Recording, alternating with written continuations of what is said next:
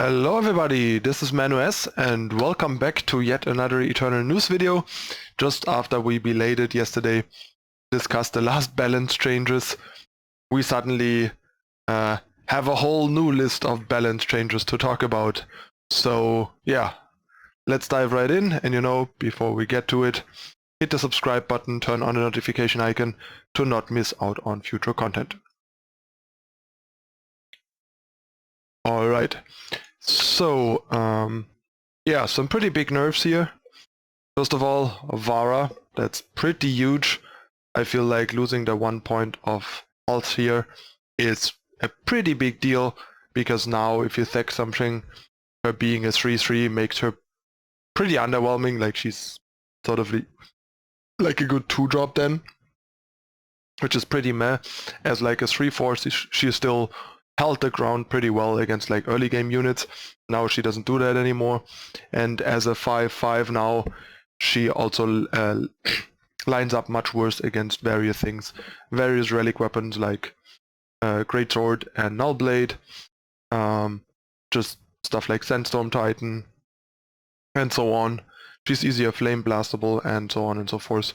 So yeah, that's kind of a big deal, and I'm not entirely sure how that's gonna pan out for her and her playability, but I feel like it's a pretty big blow to Vara as she stands. Next we have Statuary Maiden, which now is a 2-2 instead of a 2-4, not even a 2-3, a 2-2, which I feel like makes the card horrible.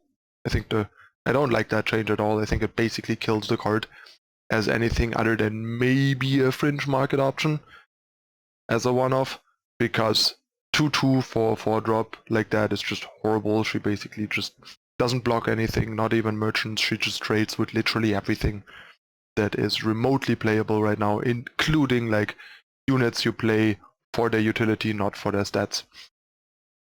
So yeah, I don't get that severe change. Like at least a 2-3 would have been fine.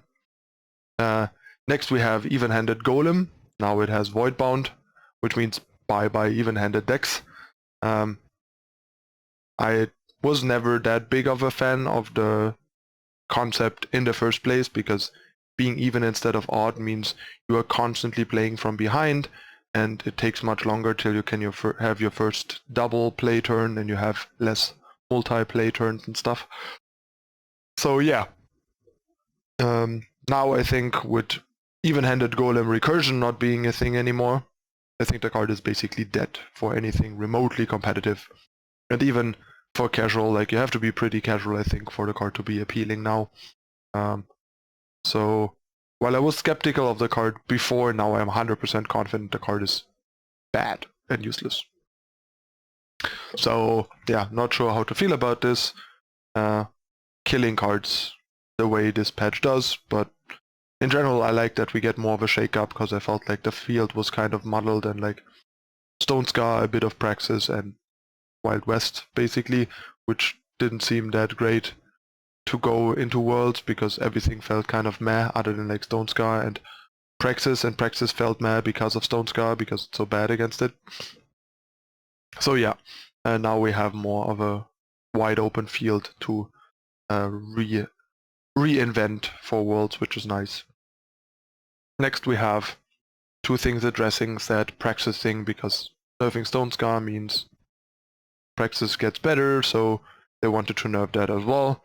And honestly, I think they didn't nerf it, they just killed it. I think, yeah, Praxis Pledge is dead. The reason Praxis Pledge worked compared to like basically any other pledge variant is that it had 2 good playable 4-drop pledgers and 2 good playable 5-drop pledgers. Now the deck has 1 4-drop pledger that you realistically want to play, and only 5-drop pledgers as realistic options, and they are not even that good anymore. Like Daria got hurt a lot by costing 5 because of her being a lot about her Amplify, and that becoming worse with this cost. And yeah, just getting 1 toughness there is not worth that much, really. So yeah, I wish they would have made her like 4-5 at least, but now, yeah, Daria is pretty underwhelming. Moonstone Vanguard is kind of terrible now. I thought the card was in like a decent spot as like a 5/5 endurance for 5.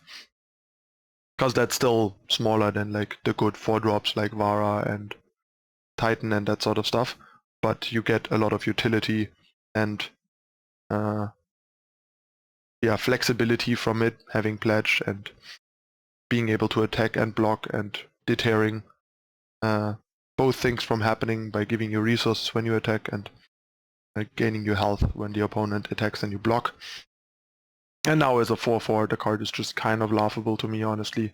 It's basically like old Reliquary Raider with Endurance, which was never a particularly playable card. Sure, it has Endurance and Pledge, but yeah, I think the card is also dead.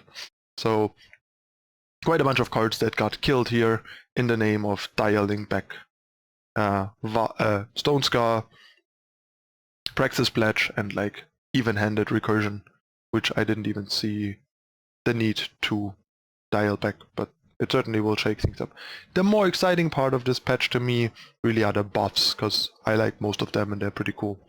So first off, Icaria is back to her old self, which means Worlds will probably be an Icaria tournament, let's be honest.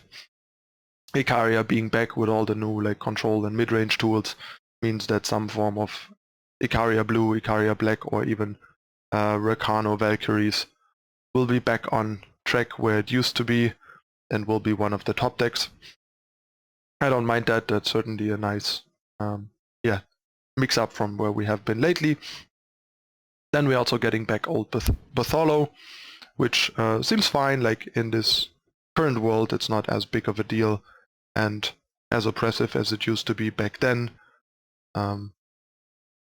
The times and the decks and the cards have changed and people are better at dealing with it, but it could still be like a pretty powerful strategy to suit up Bartholo with weapons, especially lifesteal weapons, and just kind of like bogle people.